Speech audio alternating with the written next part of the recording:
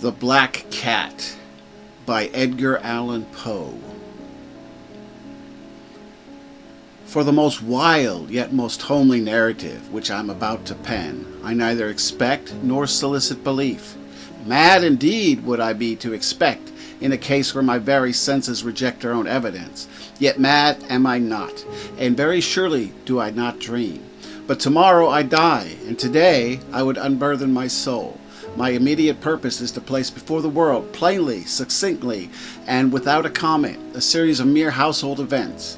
In their consequences, these events have terrified, have tortured, have destroyed me. Yet I will not attempt to expound them. To me, they have presented little but horror. To many, they will seem less terrible than baroques. Hereafter, perhaps, some intellect may be found, which may reduce my phantasm to the commonplace. Some intellect more calm, more logical, and far less excitable than my own, which will perceive, in the circumstances I detail with awe, nothing more than an ordinary succession of very natural causes and effects.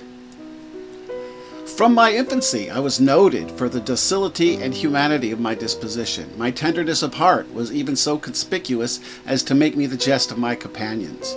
I was especially fond of animals, and was indulged by my parents with a great variety of pets. With these I spent most of my time, and never was so happy as when feeding and caressing them. This peculiar of character grew with my growth, and in my manhood I derived from it one of my principal sources of pleasure. To those who have cherished an affection for a faithful and sagacious dog, I need hardly to be at trouble of explaining the nature or intensity of the gratification thus derivable. There is something in the unselfish and self-sacrificing love of a brute which goes directly to the heart of him who has had frequent occasions to test the paltry friendship and gossamer fidelity of mere man. I married early, and was happy to find my wife's disposition not uncongenial with my own. Observing my partiality for domestic pets, she lost no opportunity of procuring those of the great and most agreeable kind. We had birds, goldfish, a fine dog, rabbits, a small monkey, and a cat. This latter was a remarkably large and beautiful animal, entirely black and sagacious to an astonishing degree. In speaking of his intelligence, my wife, who at heart was not a little tinctured with superstition, made frequent allusion to the ancient popular notion, which regarded all black cats as witches in disguise. Not that she was ever serious upon this point, and I mention the matter at all for no better reason than it just happens, just now, to be remembered. Pluto, this was the cat's name, was my favorite pet and playmate. I alone fed him, and he attended me wherever I went about the house. It was even with difficulty that I could prevent him from following me through the streets. Our friendship lasted, in this manner, for several years, during which my general temperament and character, through the instrumentality of the fiend intemperance, had, I blush to confess, experienced a radical alteration for the worse. I grew, day by day, more moody, more irritable, more regardless of the feelings of others. I suffered myself to use the intemperate language at my length. I even offered her personal violence. My pets, of course, were made to feel the change in my disposition. I not only neglected, but ill-used them. For Pluto, however, I still retained sufficient regard to restrain me from maltreating him, as I made no scruple of maltreating the rabbits, the monkey, or even the dog, when by accident or through affection they came in my way. But my disease grew upon me, for what disease is like alcohol? And at length, even Pluto, who was now becoming old and consequently somewhat peevish, even Pluto began to experience the effects of my ill temper. One night, returning home much intoxicated from one of my haunts about town, I fancied that the cat avoided my presence. I seized him when in his fright at my violence he inflicted a slight wound upon my hand with his teeth. The fury of a demon instantly possessed me. I knew myself no longer. My original soul seemed at once to take its flight from my body, and a more than fiendish malevolence, gin-nurtured, thrilled every fiber of my frame. I took from my waistcoat pocket a penknife, opened it, grasped the poor beast by the throat, and deliberately cut one of its eyes from its socket. I blush, I burn, I shudder, while I pen the damnable atrocity. When reason returned with the morning, when I had slept off the fumes of the night's debauch, I experienced a sentiment half of horror, half of remorse, for the crime of which I had been guilty. But it was, at best, a feeble and equivocal feeling, and the soul remained untouched. I again plunged into excess, and soon drowned in wine all memory of the deed. In the meantime, the cat slowly recovered. The socket of the lost eye presented, it is true, a frightful appearance, but he no longer appeared to suffer any pain.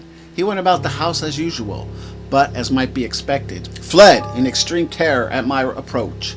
I had so much of my old heart left as to be at first grieved by this evident dislike on part of the creature which had once loved me, but this feeling soon gave place to irritation. And then came, as if to my final and irrevocable overthrow, the spirit of perverseness. Of this spirit philosophy takes no account.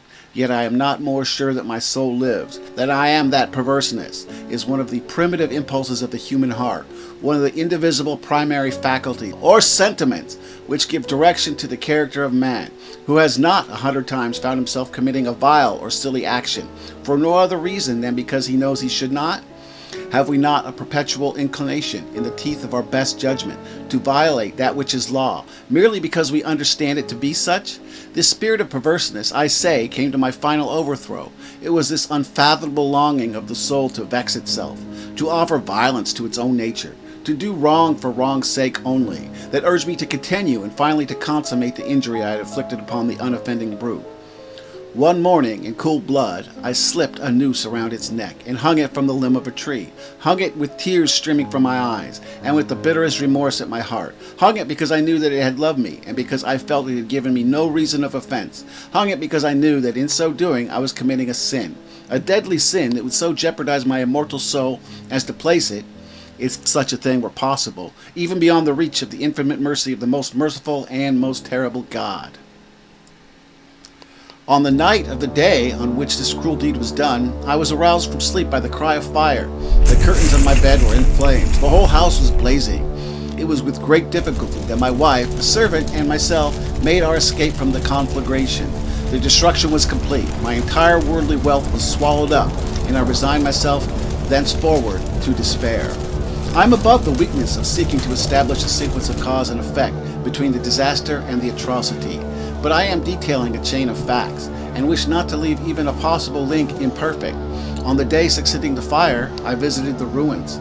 The walls, with one exception, had fallen in. This exception was found in the compartment wall, not very thick, which stood about the middle of the house, and against which had rested the head of my bed.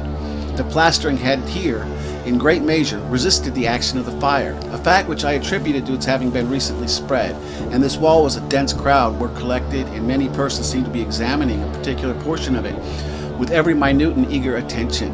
The words strange and singular and other similar expressions excited my curiosity. I approached and saw, as if graven in bas relief upon the white surface, the figure of a gigantic cat.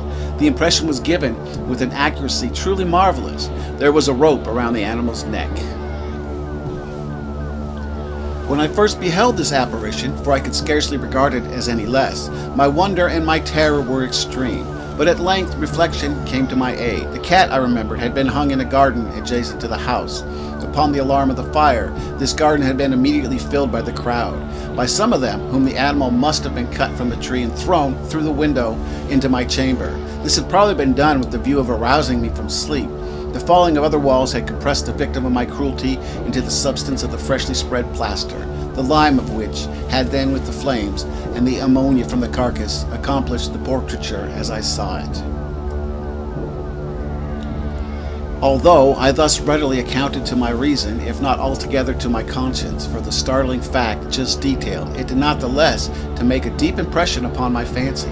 For months I could not rid myself of the phantasm of the cat, and during this period there came back into my spirit a half sentiment that seemed, but was not, remorse.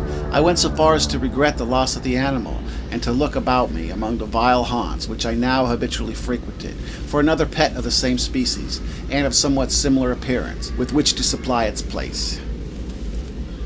One night, as I sat, half stupefied, in a den of more than infamy, my attention was suddenly drawn to some black object, reposing upon the head of one of the immense hogsheads of gin, or of rum, which constituted the chief furniture of the apartment. I had been looking steadily at the top of this hogshead for some minutes, and what now caused me surprise was the fact that I had not sooner perceived the object thereupon.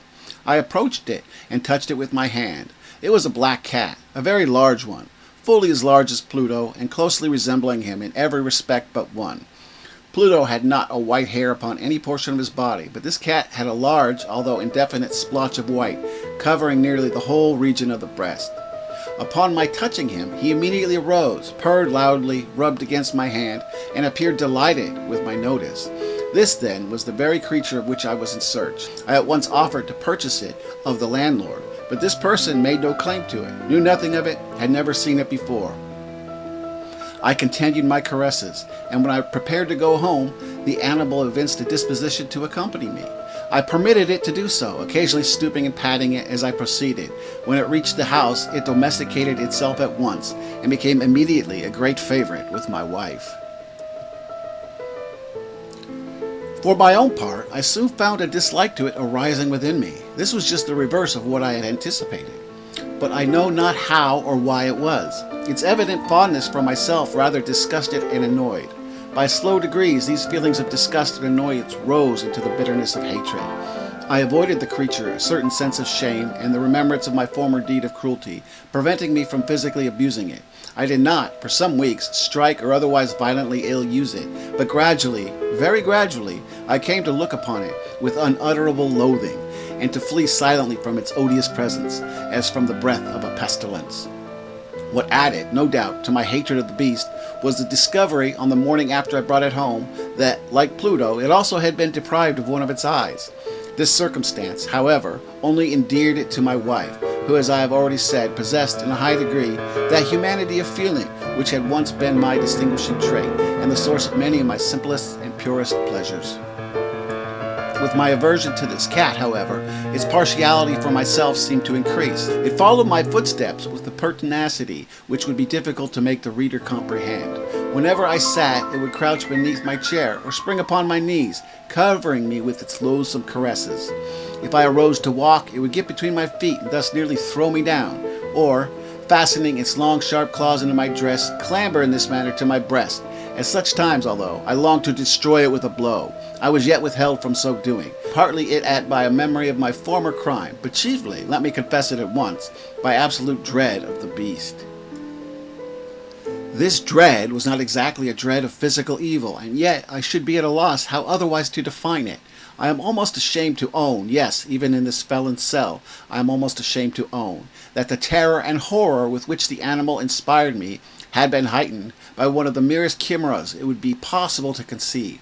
My wife had called my attention more than once to the character of the mark of white hair of which I have spoken, and which constituted the sole visible difference between the strange beast and the one I had destroyed. The reader will remember that this mark, although large, had been originally very indefinite, but by slow degrees nearly imperceptible, and which for a long time my reason struggled to reject as fanciful, it had at length assumed a rigorous distinctness of outline. It was now the representation of an object that I had shuddered to name. For this, above all, I loathed and dreaded, and would have rid myself of the monster had I dared. It was now, I say, the image of the hideous, of the ghastly creature, of the gallows, O mournful and terrible engine of horror and crime, of agony and death.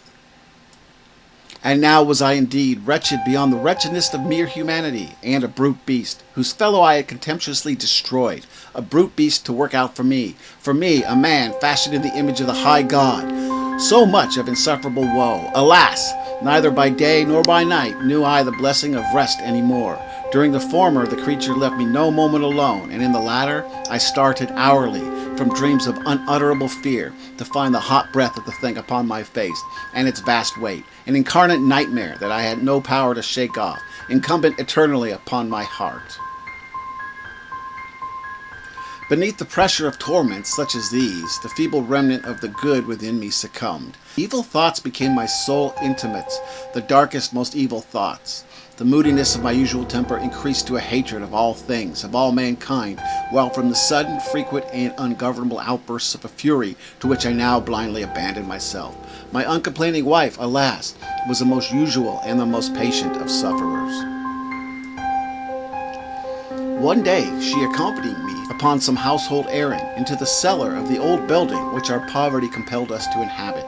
The cat followed me down the steep stairs, and nearly throwing me headlong, exasperated me to madness. Uplifting an axe and forgetting, in my wrath, the childish dread which had hitherto stayed my hand, I aimed a blow at the animal, which of course would have proved instantly fatal had it descended as I wished. But this blow was arrested by the hand of my wife, goaded by the interference into a rage more than demoniacal. I withdrew my arm from her grasp and buried the axe in her brain. She fell dead upon the spot, without a groan. This hideous murder accomplished, I set myself forthwith, and with entire deliberation, to the task of concealing the body. I knew that I could not remove it from the house, either by day or by night, without the risk of being observed by the neighbors.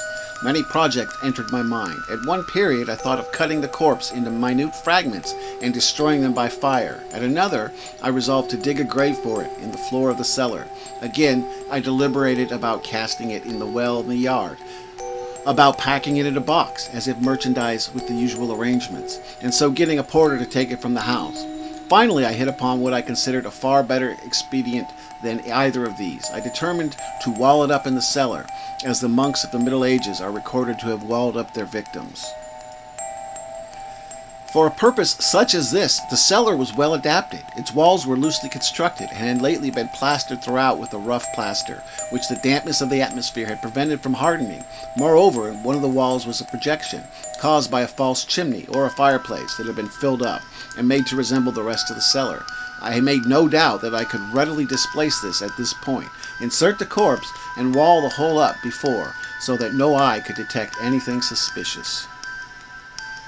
And in this calculation I was not deceived. By means of a crowbar I easily dislodged the bricks, and having carefully deposited the body against the inner wall, I propped it in that position, while, with little trouble, I relaid the whole structure as it originally stood, having procured mortar, sand, and hair, with every possible precaution. I prepared a plaster could not every pass be distinguished from the old, and with this I very carefully went over the new brickwork.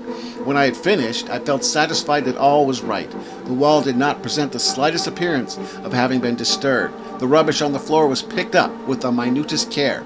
I looked around triumphantly and said to myself, "Here at least, then, my labor has not been in vain." My next step was to look for the beast which had been the cause of so much wretchedness, for I had, at length, firmly resolved to put it to death, had I been able to meet with it. At the moment, there could have been no doubt of its fate, but it appeared that the crafty animal had been alarmed at the violence of my previous anger, and forbore to present itself in my present mood. It is impossible to describe or to imagine the deep, the blissful sense of relief which the absence of the detested creature occasioned in my bosom. It did not make its appearance during the night, and thus, for one night at least, since its introduction into the house, I soundly and tranquilly slept. I slept even with the burden of murder upon my soul. The second and the third day passed, and still my tormentor came not. Once again I breathed as a free man. The monster, in terror, had fled the premises forever. I should behold it no more. My happiness was supreme. The guilt of my dark deed disturbed me but little. Some few inquiries had been made, but these had been readily answered. Even a search had been instituted, but of course nothing was to be discovered. I looked upon my future felicity as secured. Upon the fourth day of the assassination, a party of the police came, very unexpectedly, into the house and proceeded again to make rigorous investigation of the premises. Secure, however, in the inscrutability of my place of concealment, I felt no embarrassment whatever.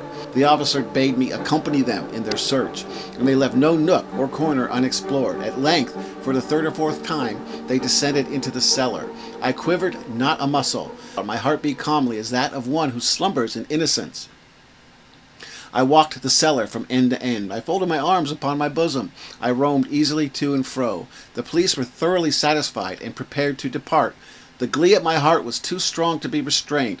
I burned to say, if but one word by way of triumph, and to render doubly sure their assurance of my guiltlessness. "Gentlemen," I said at last, as the party ascended the steps, "I delight to have allayed your suspicions. I wish you all health and a little more courtesy.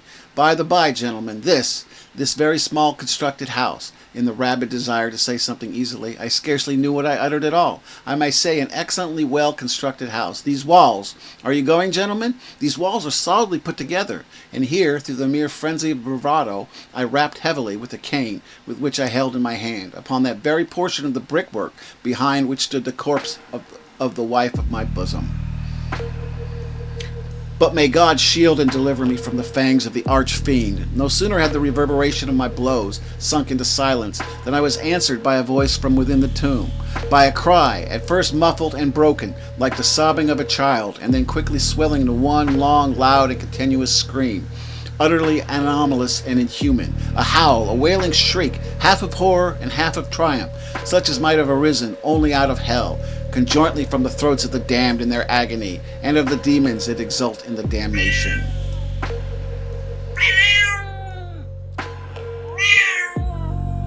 Of my own thoughts, it is folly to speak. Swooning, I staggered to the opposite wall. For one instant, the party upon the stairs remained motionless, through extremity of terror and of awe. In the next, a dozen stout arms were tolling at the wall. Gore stood erect before the eyes of the spectator upon its head. With the red, extended mouth and solitary eye of the fire, sat the hideous beast whose craft had seduced me into murder, and whose informing voice had consigned me to the hangman. I had walled the monster up within the tomb.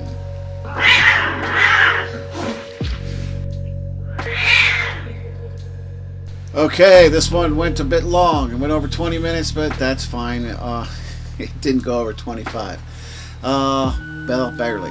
Alright, thanks so much for watching, guys. I appreciate it. Goodbye.